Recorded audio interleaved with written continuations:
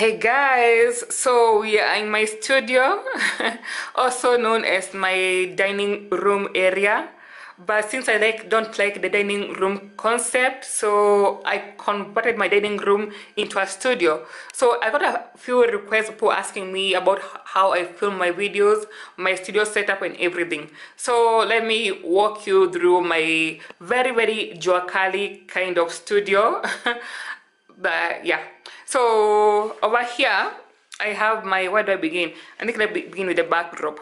So over here I have my backdrop stand, and actually it's not a backdrop stand. Let me show you. It's supposed to be a clothes stand. I got this one from it's a clothes rack. I got it from Organized Planet Kenya. I'm not sure if they have it in stock anymore. And then I have these pegs that I got from Choppies supermarket. Then I have this backdrop. I bought it from Amazon a long time ago. It's a sequin backdrop. So why we need the peg is because you have to make sure that you pull this fabric tight on this side and on that side to make sure that there are no creases in your background. Let me show you. That's how it looks like. But normally when I'm filming, you don't see the pegs because I zoom the focus all the way up to where you can't see the lining of the pegs. But basically that's how it looks like. And then because this piece of fabric is so light, I have to use a black piece of fabric. Actually, this is actually, it's supposed to be a kikoi. It's a black kikoi that I use behind the fabric because the fabric is so, actually you can even see my ring light through it. The fabric is so sheer. So if I was to use it without this black lining, you'll be seeing right through the wall. That's why you have to use it. It's been so hectic using it because see the way it's balanced, it can easily tip over if I'm not careful. So I have to be very careful with it, that I put it at an angle where it won't easily fall down, and it's been such a hassle.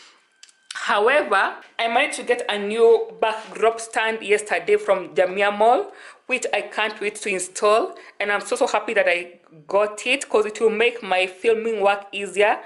It will make it easy for me to change the backdrops anytime I want to. So I'm so happy to have got this one. So once I'm done with showing you everything, I'll be setting up this backdrop stand and I'll be showing you how it looks like because it's so super dope, guys. I think I bought it about at 14K or 13K in Jamia Mall. I'm not very sure, but I'll put a link down below of the shop where I bought it at. When I assemble it, I'll show you. Anyway, moving on. This is why I normally sit down. Just a typical stool, nothing much, just a plastic stool with a cover on it. And then this is my table where I normally lay down my products when I'm showing you guys what I have on my table. And then of course I need a mirror to see myself when I'm filming. And then let's go to the ring light itself. So this light, I got it from my friend of mine bought it for me. Of course I had to pay.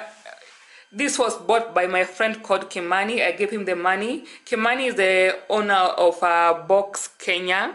So why I like this ring light so much, it has a setting for dimming your light and for also choosing the temperature that you want. Whether you want it to be cool or warm, that is now warm. If you want it to be warm, that is extremely warm. Then you can make it cool by adjusting it here. Like how cool is that? Then you have the dimmer, which can dim the light up to even shutting it down, and then you can go all the way up. So I really like that about it. And then again, this kind of light that he bought for me from Amazon UK, I'm not sure which link he used, but I will ask him and then I'll tell you guys. Now this part right here, it's plastic. It's not like a glass part, because most ring lights have a glass casing out here. Now the issue with the glass casing is, number one, it gets very hot.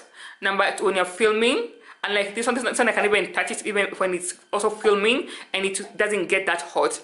Now another issue with the glass casing, they break very fast. So when you're buying a ring light, I would recommend you get someone like Kimani to buy it for you from Amazon UK. If not, buy it from a shop here in Kenya where you can actually see what you're buying. If you buy it online from Amazon US, you most likely get something that does not work for you. Number two, keep in mind, most ring lights from the US have a different voltage than the voltage we have in our sockets here in Kenya. So you might end up connecting up the light and then your light just blows up. So that will be a whole lot of money wasted. I bought this light at about 20k if I'm not wrong, but I'll check the details and put them down in the link below. Still continuing on with my Jua Kali setup. So over here is my glass cabinet, which I rarely ever use. It's my glass stroke alcohol cabinet, but I don't drink. Honestly, it's for my visitors. I do drink, but not that much. It's mostly, anyway, besides the point, let's get back to the issue at hand. So this is my tripod where I normally put my camera on. I bought this one also here in Kenya, either Jamia Mall or Universal Gift Center. I'll put a link down below. I think I'll put it here in the screen where I bought it from, if I can remember. But I know for sure I bought it here in Kenya. That's how it looks like. I can easily adjust it using these things here and that part here. And then it has this part which can easily move. I can easily move this part up and down, whether I want the camera down or the camera up. And also this part for changing how it rotates this part.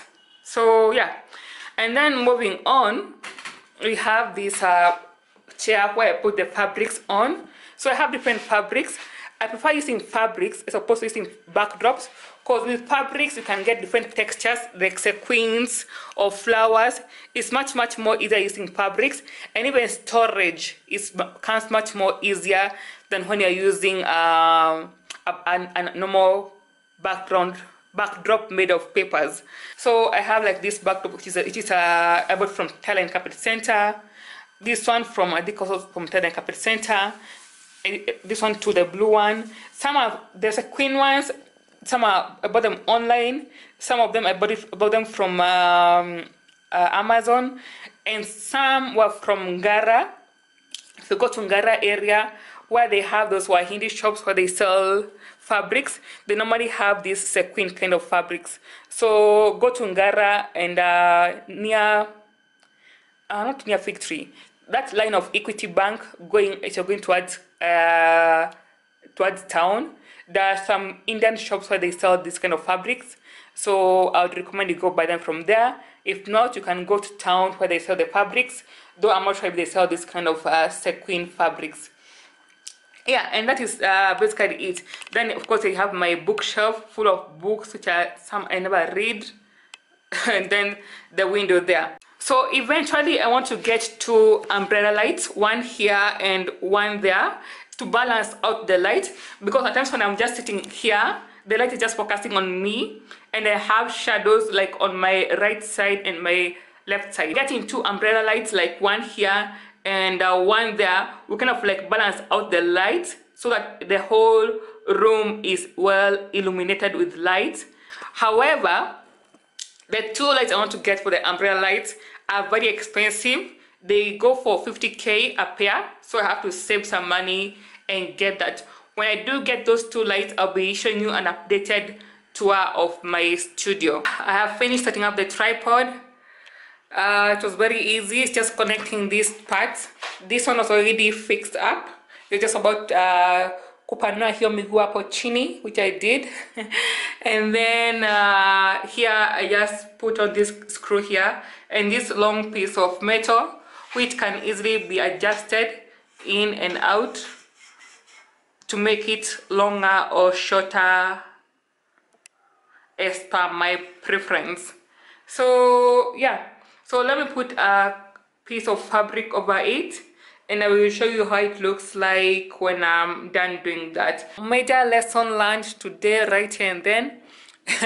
Learn from my mistakes, guys. Learn from my mistakes. When you're buying a piece of fabric for using as a backdrop, always make sure that the fabric you're buying It's a fabric that can stretch.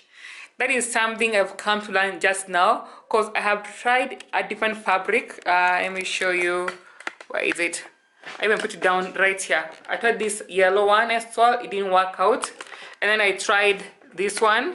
Where is it? Okay, it's right there on the ground.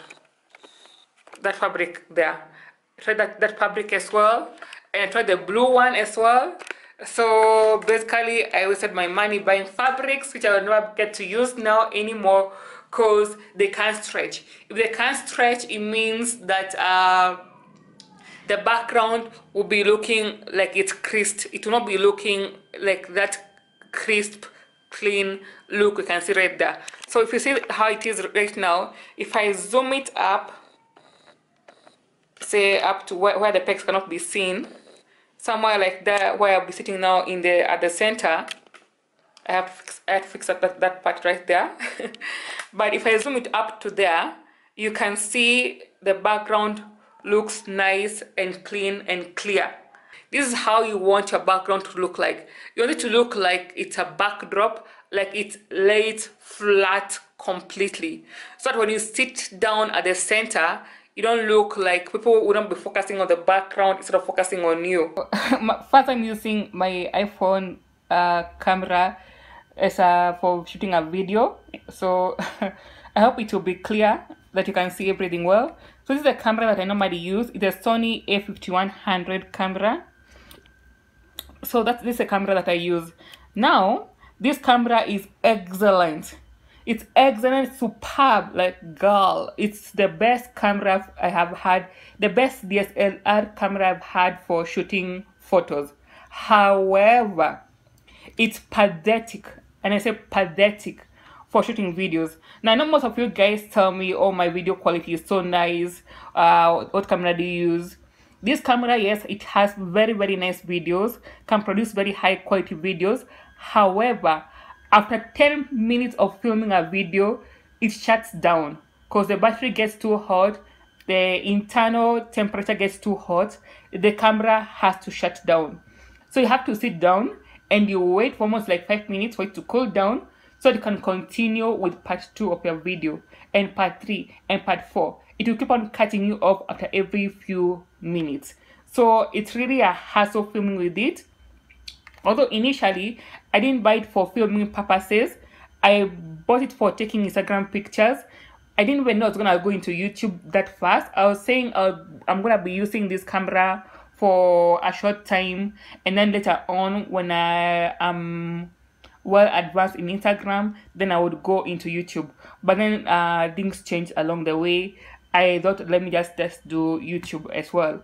And then it also has this place for the flash, where you can just press there and the flash pops up. What else? It has a small camera. I can easily carry it anywhere I'm going. I can easily put it in my bag. Most DSLR cameras are very, very heavy, very bulky, and very big and very huge. They're very good cameras. But this one is very small and tiny, but it can do wonders in terms of taking a photo. It can take very, very high quality photos. So that's the camera I use, guys. And this camera cost me 60K when I first bought it on Amazon. Right now the price has gone down. Right now it goes for 40 something K. But I'll put a receipt up here somewhere on the screen to show you how much I bought it at, and the link where I bought it in Amazon. But yeah, it was a very expensive camera, but worth the money in terms of so far it has helped me, so I can't complain that much. Although I do hope to get a different camera for videos, because this one is just not good for shooting a video. So yeah, that is basically it, guys. That's how I set up my studio stroke my dining room. And I hope you like this video. Comment down below if there's any part of my filming, my editing, not film editing, if there's any part of my filming that you have questions on. I may not have covered everything, so if you have any questions, let me know in the comments down below. Thank you for watching.